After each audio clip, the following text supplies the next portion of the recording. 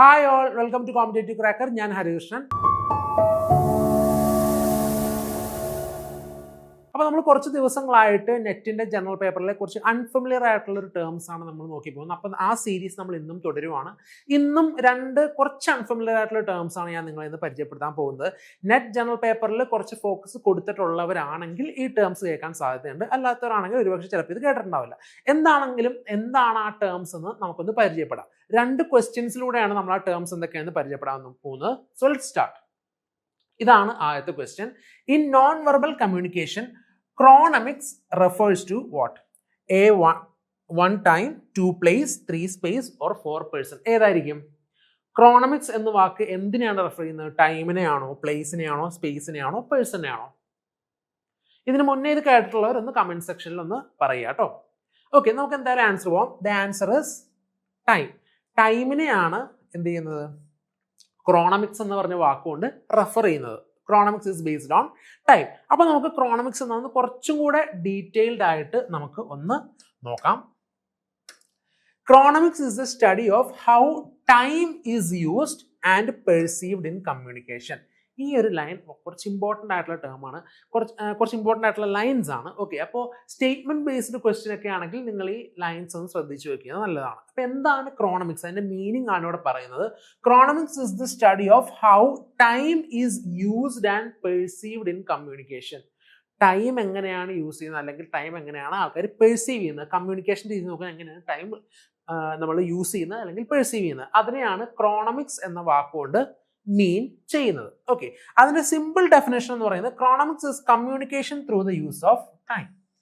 Communication through the use of time, അതിനെയാണ് നമ്മൾ ഒരു സിമ്പിൾ വേർഡ്സിൽ നമ്മൾ ക്രോണമിക്സ് എന്ന് പറയുന്നതാണ് communication through the use of time. The way people use time can communicate things such as. എന്തൊക്കെ denote ചെയ്യാം? നമ്മൾ സ്ഥിരമായിട്ട് കമ്മ്യൂണിക്കേറ്റ് ചെയ്യുന്ന ആൾക്കാരാണ് അല്ലേ? വീട്ടിലാണെങ്കിൽ, നമ്മളുടെ ഓഫീസ് സ്പേസിലാണെങ്കിൽ, നമ്മൾ പഠിക്കാൻ പോകുന്ന സ്ഥലത്താണെങ്കിൽ, നമ്മൾ എവിടെയാണെങ്കിലും നമ്മൾ എന്ത് ചെയ്യുന്നതാണ്? കമ്മ്യൂണിക്കേറ്റ് ചെയ്യുന്ന ഒരാൾക്കാരാണ്. നമ്മളെ നേരിട്ടും കമ്മ്യൂണിക്കേറ്റ് ചെയ്യാറുണ്ട്, നമ്മളിങ്ങനെ സോഷ്യൽ മീഡിയയിലൂടെയും ബാക്കിയുള്ള ഡിജിറ്റൽ മീഡിയയിലും കൂടെ നമ്മൾ കമ്മ്യൂണിക്കേഷൻ ചെയ്യാറുണ്ട്. ഓക്കെ, അപ്പോൾ നമ്മൾ കമ്മ്യൂണിക്കേറ്റ് ചെയ്യുമ്പം നമ്മൾ എന്തിനാണ് സൂചിപ്പിക്കുന്നത്? നമ്മൾ കുറച്ച് കാര്യങ്ങൾ ആ കമ്മ്യൂണിക്കേഷൻ പറ്റി നമ്മളത് ഇത് കൊടുക്കുന്നുണ്ട്. Importance, respect, urgency, status and attitude. Okay, ഇപ്പം നിങ്ങൾക്കറിയാം, ഇപ്പം നിങ്ങൾ ഒരു വാട്സാപ്പിൽ നിങ്ങളുടെ വീട്ടിൻ്റെ, നിങ്ങൾക്ക് എല്ലാവർക്കും ഒരു കുടുംബത്തിൻ്റെ ഗ്രൂപ്പൊക്കെ ഉണ്ടാവുമല്ലോ, അവിടുന്ന് ഒരു മെസ്സേജ് വരികയാണ്. നിങ്ങളുടെ വർക്കിൽ നിന്നും നിങ്ങളുടെ ഒരു ബോസ് നിങ്ങൾക്ക് മെസ്സേജ് ചെയ്യുവാണ്. നിങ്ങൾ ഏതിനായിരിക്കും പ്രയോറിറ്റി കൊടുക്കുക? ഓഫ് കോഴ്സ് നമ്മളുടെ വർക്ക് റിലേറ്റഡ് ആയിട്ടുള്ള കാര്യങ്ങൾക്കായിരിക്കും കൂടുതൽ ആൾക്കാരും പ്രയോറിറ്റി കൊടുക്കുക. കാര്യം എന്താണ്? വർക്ക് ഫാമിലി ഇമ്പോർട്ടൻ്റ് അല്ല എന്നല്ല, പക്ഷെ വർക്ക് എന്താണ്? നമ്മളുടെ കരിയറുമായിട്ട് ബന്ധപ്പെട്ട നമ്മളുടെ ഒരു ജോലി സ്ഥാപനമാണ് അല്ലേ? അപ്പോൾ അതിൻ്റെതായിട്ടുള്ള ഒരു ഇമ്പോർട്ടൻസ് ഉണ്ട്. ഓക്കെ, അപ്പോൾ ഒരു ഇമ്പോർട്ടൻസ് നമ്മളവിടെ കൊടുക്കുന്നുണ്ട്. അതേപോലെ തന്നെ റെസ്പെക്റ്റ്. നമ്മൾ വളരെയേറെ റെസ്പെക്റ്റ് ചെയ്യുന്ന, അല്ലെങ്കിൽ വളരെയേറെ സ്റ്റാറ്റസ് ഉള്ള ഒരാളുടെ നമ്മളോട് കമ്മ്യൂണിക്കേറ്റ് ചെയ്യുവാണെങ്കിൽ എന്താണ്? നമ്മൾ ഉടനടി തന്നെ എന്ത് ചെയ്യാറുണ്ട്? കൊടുക്കാറുണ്ട്, മെസ്സേജ് കൊടുക്കാറുണ്ട്. അപ്പോൾ എന്തിനാ? റെസ്പെക്റ്റിനെ സൂചിക്കുന്നത്. അർജൻസി, വളരെ ഇമ്പോർട്ടൻ്റ് ആയിട്ടുള്ള ഒരു കാര്യമാണ് നിങ്ങളുടെ അടുത്ത് കമ്മ്യൂണിക്കേറ്റ് ചെയ്യുന്നതെങ്കിൽ വളരെ അർജന്റ് ആയിട്ട് നിങ്ങൾ എന്ത് ചെയ്യണം? നിങ്ങൾ ഉടനെ തന്നെ നിങ്ങൾ റിപ്ലൈ കൊടുക്കണം അല്ലേ? അപ്പോൾ അർജൻസിയെ ഡിനോട്ട് ചെയ്യുന്നുണ്ട്. ഓക്കെ, ഇപ്പോൾ നിങ്ങളുടെ വർക്ക് പ്ലേസിൽ നിന്നോ അല്ലെങ്കിൽ പേഴ്സണൽ സ്പേസിൽ നിന്നോ നിങ്ങൾക്ക് ഒരു മെസ്സേജ് വരുവാണ്. നിങ്ങളത് വായിച്ചു, പക്ഷെ നിങ്ങൾ റിപ്ലൈ ഒന്നും കൊടുത്തില്ല. കുറച്ച് ദിവസം കഴിഞ്ഞാൽ റിപ്ലൈ കൊടുത്തത്. അതിൻ്റെ അർത്ഥം എന്താ? നിങ്ങളെ സംബന്ധിച്ചിടത്തോളം അത്ര അർജന്റ് അല്ലാത്തൊരു കാര്യമാണ്. ഓക്കെ, അപ്പൊ അങ്ങനെയാണ് നമ്മളിവിടെ ഉദ്ദേശിക്കുന്നത്. പിന്നെ നിങ്ങളുടെ ആറ്റിറ്റ്യൂഡിനെ ഡിഫൈൻ ചെയ്യുന്നുണ്ട്. ഇപ്പൊ നിങ്ങൾ കെയർ ഫ്രീ ആയിട്ടുള്ള ഒരു ആറ്റിറ്റ്യൂഡാണ്, ഒന്നിനെയും മൈൻഡ് ചെയ്യുന്നില്ല, നിങ്ങൾ എന്ത് ചെയ്യും? ചിലപ്പോൾ തോന്നുന്ന പോലെ ആയിരിക്കും മെസ്സേജ് ചെയ്യുന്നത്. ചിലപ്പോൾ അർജന്റ് ആയിട്ടുള്ള കാര്യങ്ങൾക്ക് അത്ര അർജൻസി കൊടുക്കൂല, ചിലപ്പോൾ സ്റ്റാറ്റസ് നോക്കൂല, റെസ്പെക്ട് നോക്കൂല. ഓക്കെ, അപ്പൊ എന്താണ്? നമ്മളുടെ ആറ്റിറ്റ്യൂഡും വലിയൊരു കാര്യമാണ്. ഇപ്പൊ ഒരു റിപ്ലൈ, ഒരാളൊരു മെസ്സേജ് അയക്കുകയാണ്, നമ്മൾ റിപ്ലൈ കൊടുക്കുകയാണ്. ഉടനെ റിപ്ലൈ കൊടുക്കുകയാണെങ്കിൽ അത് ഇമ്പോർട്ടൻ്റ് ആയിട്ടുള്ള ഒരു കാര്യമാണ്, അല്ലെങ്കിൽ അർജന്റ് ആയിട്ടുള്ള ഒരു കാര്യമാണ്, അല്ലെങ്കിൽ എന്താണ്? നമ്മൾ അത്രയും റെസ്പെക്ട് കൊടുക്കുന്ന ആളാണ്, അല്ലെങ്കിൽ എന്താണ്? ഒരു സ്റ്റാറ്റസിൽ ഇരിക്കുന്ന ഒരാളാണ്. ഓക്കെ, അല്ലെങ്കിൽ എന്താണ്? നമ്മൾ എന്ത് നമ്മുടെ അടുത്ത് ഒരു കമ്മ്യൂണിക്കേറ്റ് ചെയ്യാൻ നമ്മൾ പെട്ടെന്ന് തന്നെ റിപ്ലൈ കൊടുക്കുക, നമ്മുടെ ആറ്റിറ്റ്യൂഡാണ്. അപ്പൊ ഇത്രയും കാര്യങ്ങളെയാണ് ക്രോണമിക്സ് വഴി നമുക്ക് എന്ത് ചെയ്യാൻ സാധിക്കുന്നത്? ഡിഫൈൻ ചെയ്യാൻ സാധിക്കുന്നത്. ഓക്കെ, അപ്പൊ ഈ പറഞ്ഞ പോയിന്റ്സ് ഒക്കെ നിങ്ങളൊന്ന് നോട്ട് ചെയ്ത് വെക്കുക. ഓക്കെ, ഇനി നമുക്ക് നോക്കാം, ഒരു എക്സാമ്പിൾ നോക്കാം. Punctuality. A manager schedules a meeting at 10 a.m. Employee A arrives at 9:55. Employee B arrives at 10:30. The difference in arrival time communicates different attitudes towards the punctuality and meeting. ഇവിടെ എന്താ കാണിക്കുന്നത്? ഒരു manager 10 മണിക്ക് meeting വെച്ചു. A എന്ന് പറയുന്ന ഒരു employee A 9:55 meeting attend ചെയ്തു. എംപ്ലോയി ബി 10:30 മീറ്റിംഗ് അറ്റൻഡ് ചെയ്തത്. അപ്പൊ അതിനകത്ത് തന്നെ രണ്ട് എംപ്ലോയീസിന്റെ ആറ്റിറ്റ്യൂഡ് നമുക്ക് മനസ്സിലാക്കാൻ സാധിക്കും അല്ലെ. എംപ്ലോയി എ എന്ന് പറയുന്നത് പങ്ക്ച്വാലിറ്റിയെ മാനിക്കുന്ന ഒരു വ്യക്തിയാണ്. അതുകൊണ്ടാണ് 10 മണിക്ക് മീറ്റിംഗ് എന്ന് പറയുമ്പോൾ 9:55 തന്നെ അവിടെ എത്തിച്ചേർന്നത്. എംപ്ലോയി ബിക്ക് കുറച്ച് കെയർ ഫ്രീ ആറ്റിറ്റ്യൂഡാണ്, അത്ര എന്താണ് ഒന്നിനെ മൈൻഡ് ചെയ്യാത്ത ഒരാളാണ്. അതുകൊണ്ടാണ് എന്താണ് 10:30 ചെയ്യുന്നത്. 10:30 ആ 10 മണിയുടെ മീറ്റിങ്ങിന് 10:30 പുള്ളിക്കാരൻ ജോയിൻ ചെയ്തത്. ഓക്കെ, അപ്പൊ എന്താണ് രണ്ട് എൻ്റെയും ബിൻ്റെയും ഒരു ആറ്റിറ്റ്യൂഡാണ്, പങ്ക്ച്വാലിറ്റിയോടുള്ള ഒരു ആറ്റിറ്റ്യൂഡാണ് അവിടെ കാണിക്കുന്നത്. ഓക്കെ, അപ്പൊ അതിനെ നമുക്ക് എന്ത് പറയാം, ക്രോണമിക്സ് എന്ന് പറയാൻ സാധിക്കും. നമുക്ക് ഒരു 2 എക്സാമ്പിളും കൂടെ നോക്കാം. Example 2, waiting time. If a customer has to wait 2 hours before receiving service, the long waiting time may communicate that the organization does not consider the customer a priority. ഇപ്പം നമ്മളൊരു കസ്റ്റമർ സർവീസ് സെന്ററിലേക്ക് പോവുകയാണ്, നമ്മളൊരു കാര്യം ഒരു service ആവശ്യമുണ്ടെന്ന് പറഞ്ഞു, അവർ നമ്മളെ കൊണ്ട് 2 മണിക്കൂർ വെയിറ്റ് ചെയ്യിക്കുകയാണെങ്കിൽ എന്താണ് അതിൻ്റെ അർത്ഥം? 2 അതിലധികം മണിക്കൂർ വെയിറ്റ് ചെയ്യിക്കുകയാണെങ്കിൽ അവർക്ക് പെട്ടെന്ന് ചെയ്തു തരാൻ പറ്റുന്നൊരു കാര്യമായിരിക്കും. ചിലപ്പോൾ ഒരു 2 മണിക്കൂർ അതിൽ കൂടുതൽ എടുക്കുകയാണെങ്കിൽ എന്താണ്, നമുക്ക് അത്രേ അവർ പ്രയോറിറ്റി തരുന്നുള്ളൂ. അല്ലെങ്കിൽ എന്താണ് ഓർഗനൈസേഷന് മനസ്സിലായി എന്താണ് നമ്മളൊരു പ്രയോറിറ്റി ഉള്ളൊരു കസ്റ്റമർ അല്ല, ഒരു ഇമ്പോർട്ടൻ്റ് ആയിട്ടുള്ളൊരു കസ്റ്റമർ അല്ല എന്ന് അവർക്ക് തോന്നിയുകൊണ്ടാണ് നമ്മൾ അത്രയും വെയിറ്റ് ചെയ്യിക്കുന്നത്. ഓക്കെ, അപ്പൊ എന്താണ് നമുക്ക് തന്നെ ഫീൽ ചെയ്യും അവരുടെ കസ്റ്റമർ സർവീസ് വളരെ മോശമാണ്, അവരുടെ കസ്റ്റമേഴ്സിന് അവർക്ക് അത്ര പ്രയോറിറ്റി കൊടുക്കുന്നില്ല എന്ന് നമുക്ക് അതിൽ നിന്ന് മനസ്സിലാവും. ആ ഒരു കമ്മ്യൂണിക്കേഷനാണ് ആ ഒരു ഓർഗനൈസേഷൻ നമുക്ക് തരുന്നത്. ഇപ്പൊ ചിലപ്പോൾ വലിയ വലിയ സെലിബ്രിറ്റീസ് ഒക്കെ വരുന്നെങ്കിൽ അവരെന്ത് ചെയ്യും, അവർക്ക് ഒരു 5 മിനിറ്റ് കൊണ്ട് ചെയ്തു കൊടുക്കും. സാധാരണക്കാരനായ ഒരു വ്യക്തി വരുമ്പം അവരത്ര പ്രയോറിറ്റി കൊടുക്കുന്നില്ല. അപ്പോൾ അതൊക്കെയാണ് ഇവിടെ സൂചിപ്പിക്കുന്നത്, വെയിറ്റിംഗ് ടൈമോട് സൂചിപ്പിക്കുന്നത്. അടുത്തത് response time. someone immediately replies to an important message while another person responds after 3 days. The difference in response time can communicate different levels of urgency, interest or priority. ഒരു 2 വ്യക്തികൾക്ക് ഒരു എന്താണ് മെസ്സേജ് അയക്കുകയാണ്. ആദ്യത്തെ ഒരു A എന്ന് പറയുന്ന വ്യക്തി പെട്ടെന്ന് തന്നെ റിപ്ലൈ ചെയ്യുന്നുണ്ട്, ബി എന്ന് പറയുന്ന ഒരു വ്യക്തി 3 ദിവസം കഴിഞ്ഞാണ് റിപ്ലൈ ചെയ്യുന്നത്. അപ്പൊ എന്താ എന്നെ സൂചിപ്പിക്കുന്നത്? എംപ്ലോയി എയുടെ ആറ്റിറ്റ്യൂഡും ബിയുടെ ആറ്റിറ്റ്യൂഡും ഡിഫറൻ്റ് ആണ്. എംപ്ലോയി എക്ക് അതിന് അർജന്റ് ആയിട്ട് മെസ്സേജ് ആയിട്ട് തോന്നി, ഇൻട്രസ്റ്റ് ഉള്ള ഒരു മെസ്സേജ് ആയിട്ട് തോന്നി, ഒരു പ്രയോറിറ്റി മെസ്സേജ് ആയിട്ട് തോന്നി, അതുകൊണ്ടാണ് പെട്ടെന്ന് തന്നെ അയച്ചത്. എംപ്ലോയി ബിക്ക് എന്താ തോന്നിയത്, അത്ര അർജന്റോ ഇമ്പോർട്ടന്റോ പ്രയോറിറ്റി ഉള്ള മെസ്സേജ് ആയിട്ട് തോന്നിയില്ല, അതുകൊണ്ടാണ് ബി അത്രയും വൈകി അയച്ചത്. അത് നമ്മൾ റെസ്പോൺസ് ടൈം എന്ന് പറയാം. അപ്പൊ ഇതൊക്കെ ഓരോരോ വ്യക്തികളുടെ ആറ്റിറ്റ്യൂഡിനെയാണ് കാണിക്കുന്നത്. അപ്പൊ ഇങ്ങനെയുള്ളൊരു സ്റ്റഡീസിനെയാണ് നമ്മൾ എന്ത് പറയുന്നത്, ക്രോണമിക്സ് എന്ന് പറയുന്നത്. ക്രോണമിക്സ് കൊണ്ട് നമുക്ക് ആ ഒരു വ്യക്തിയുടെ സ്വഭാവം നമുക്ക് മനസ്സിലാക്കാൻ സാധിക്കും, അല്ലെങ്കിൽ ഏത് ആറ്റിറ്റ്യൂഡുള്ള ഒരാളാണെന്ന് നമുക്ക് എന്താണ് ജഡ്ജ് ചെയ്യാൻ സാധിക്കും. ഓക്കെ, അപ്പൊ അതിനാണ് നമ്മൾ എന്ത് പറയുന്നത്, ക്രോണമിക്സ് എന്ന് പറയുന്നത്. ഇനി നമുക്ക് അടുത്ത ക്വസ്റ്റ്യനിലേക്ക് പോവാം. The sequence of communication zones based on individual distances is called. The sequence of communication zones based on individual distances is called. 4 options ഉണ്ട്: public space, intimate zone, public zone, intimate zone, personal zone and social zone. ആ ഒരു sequence ആണ് പറയാൻ പറഞ്ഞിരിക്കുന്നത്. ഏതായിരിക്കും ആ sequence പറയാൻ പറ്റുമോ? സോൺ ബേസ്ഡ് സീക്വൻസ് ആണ് ചോദിക്കുന്നത്. അതിനുശേഷം എന്താണ് ആ ടേം എന്ന് ഞാൻ പറഞ്ഞുതരാം. നേരത്തെ അറിയാവുന്നവർ ഒന്ന് കമന്റ് സെക്ഷനിൽ ഒന്ന് പറയുക. ഓക്കെ, നമുക്ക് എന്താണ് ആ കറക്റ്റ് സീക്വൻസ് എന്ന് നോക്കാം. ആൻസർ 2 ആണ്. ഇവിടെ ഞാൻ ആൻസർ ആ ഒരു ഓപ്ഷൻസ് കൊടുത്തിട്ടില്ല. അപ്പോൾ കറക്റ്റ് സീക്വൻസ് എന്ന് പറയുന്നത് ഇതാണ്, BCDA ആണ്. B 1 2 3 4 ഈ ഒരു സീക്വൻസിലാണ് പോകുന്നത്. Okay, BCDA.